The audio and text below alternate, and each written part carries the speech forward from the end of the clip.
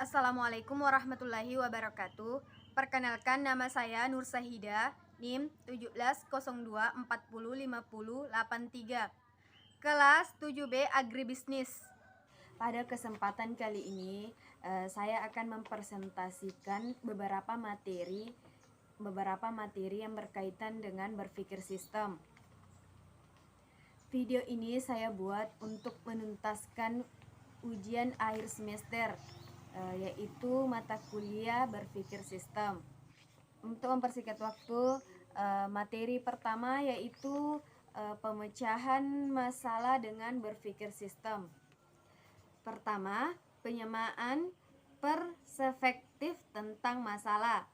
Perspektif merupakan cara pandang dan penyamaan cara pandang dalam berdiskusi adalah sangat penting. Sangat sering dalam sebuah diskusi terjadi sebuah perdebatan akibat cara pandang yang berbeda, dan sebenarnya dapat dihindari dengan menyamakan cara pandang terlebih dahulu dalam menjelaskan pendapat. Setiap anggota menjelaskan perspektif yang diambil ketika ingin dikemukakan. Yang kedua, bekal analisa, konsep, teori, model, alat, dan metode. Dalam melakukan analisa, kita biasanya akan menggunakan 4 kategori bantuan analisa, yaitu konsep atau teori, model, alat, dan metode. Kategori ini menambahkan satu kategori dibandingkan kategori yang dituliskan oleh Senge 1994, yaitu menambahkan kategori model. Ketika Anda ingin membeli atau membaca sebuah buku tentang manajemen, biasanya buku tersebut memiliki kategori ini selain kategori topik buku.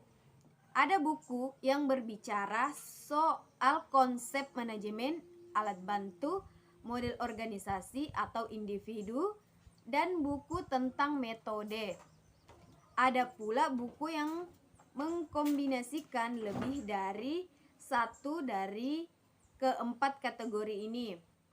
Yang ketiga, sistemik secara iteratif dengan prinsip 4F, menggunakan kerangka 4F dalam melakukan analisa sistemik, yaitu for, function, flow, forms. Seseorang yang melakukan analisa sistem akan memiliki cara pandang yang dinamis yang mencakup kemampuan mengubah perspektif. Analisanya berbasis 4F, yaitu melihat tujuan dari sistem pada tingkat analisa tersebut. 2. Melihat fungsi secara konseptual. 3. Melihat struktur dan komponen. 4. Melihat bentuk dan saling berhubungan dibandingkan sebab akibat linier biasa. Materi kedua yaitu dukungan kuantitatif dalam berpikir sistem. Yang pertama yaitu pemodelan sistem adalah sebuah proses untuk menyusun sebuah model dari sistem nyata. Pemodelan harus mengikuti metodologi dan kaidah-kaidah tertentu karena hasil metode yang akan menjadi basis mengambil keputusan pada dunia nyata. Sebuah model yang salah akan memberikan dukungan pengambilan keputusan yang salah sehingga berisiko tinggi untuk menghasilkan keputusan yang salah.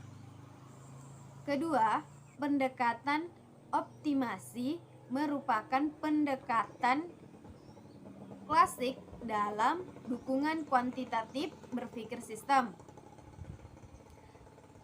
Bertumpu kepada konsep input, proses, output, umpan balik. Maka dalam optimasi memiliki konsep variabel eksogen dan endogen.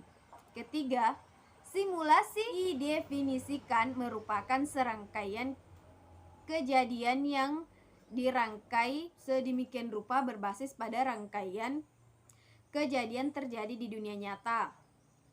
Dalam sebuah aliran produksi misalnya, kejadian suatu stasiun kerja dipacu oleh datangnya material atau barang setelah jadi dari stasiun kerja sebelumnya.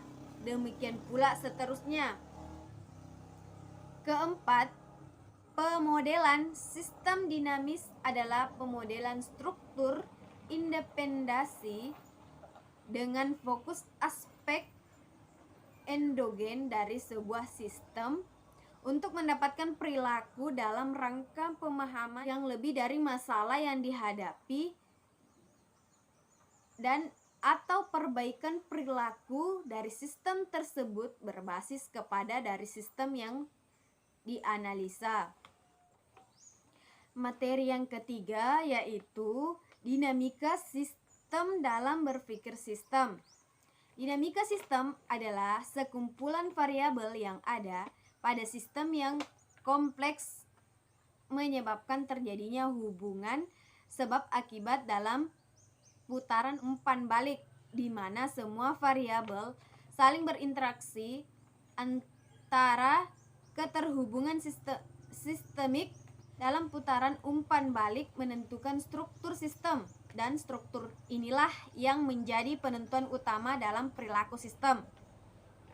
Dinamika sistem bertujuan membantu seseorang memahami struktur sistem yang kompleks sehingga dapat memperkirakan kapan harus melakukan intervensi dan dapat memastikan perilaku struktur sistem agar cocok dengan tujuan akhir.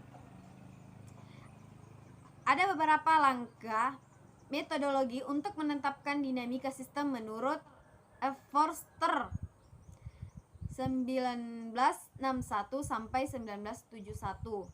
Pertama yaitu menjelaskan permasalahan yang dikhawatirkan para pengambil keputusan untuk mengidentifikasi variabel-variabel yang berdampak pada sebuah masalah. Kedua, mengkonstruksikan hubungan-hubungan antara variabel dalam sebuah model putaran umpan balik. Ketiga, mengubah hubungan-hubungan antara variabel menjadi model matematika yang atas dasar kerja dan derajat. Keempat, model divalidasi dengan cara memperbandingkan antara perilakunya dengan aktivitas dunia nyata. Yang kelima, menyusun rekomendasi yang dibuat berdasarkan bagaimana pembuatan keputusan mampu mengubah situasi yang kemungkinan terjadinya perbaikan. 4 metode yang sering digunakan untuk mendukung berbagai tahap metodologi dinamika sistem adalah 1. Huruf rangkap bertanda atau diagram putaran sebab akibat. 2. Pola dasar sistem. 3. Paket pirantik lunak simulasi komputer.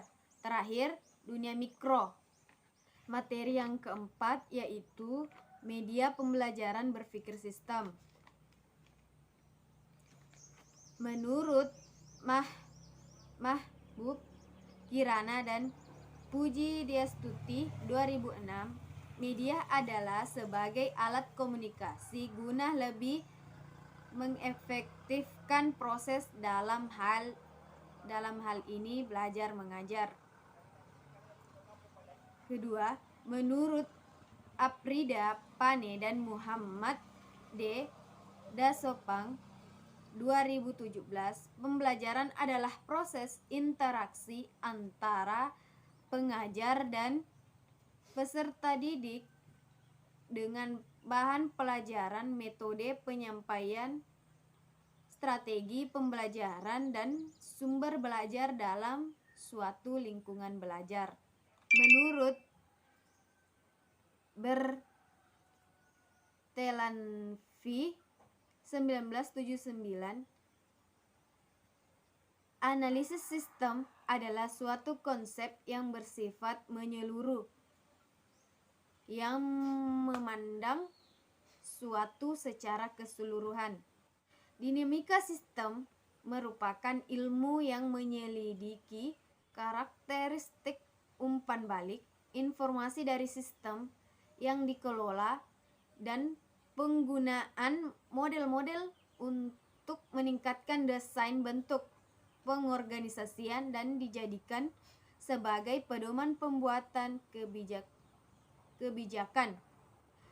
Berpikir sistem adalah pembelajaran, adalah proses berpikir yang didasarkan pada masalah pembelajaran sebagai suatu keseluruhan secara tuntas dan dapat mendalami pula bagian-bagiannya. Materi yang kelima yaitu berpikir sistem, bahasa sistem. Sistem adalah sebuah objek analisa yang memiliki komponen bagian yang saling berinteraksi dalam suatu aturan-aturan tertentu untuk mencapai sebuah tujuan. Sistem sebenarnya adalah kelompok yang ketika bekerja seperti seharusnya akan memiliki ciri sistem yang berbeda dengan ciri-ciri komponen-komponen pembentuknya. Tidak semua kelompok adalah sistem, terutama jika tidak ada ciri khas yang muncul ketika kelompok bekerja.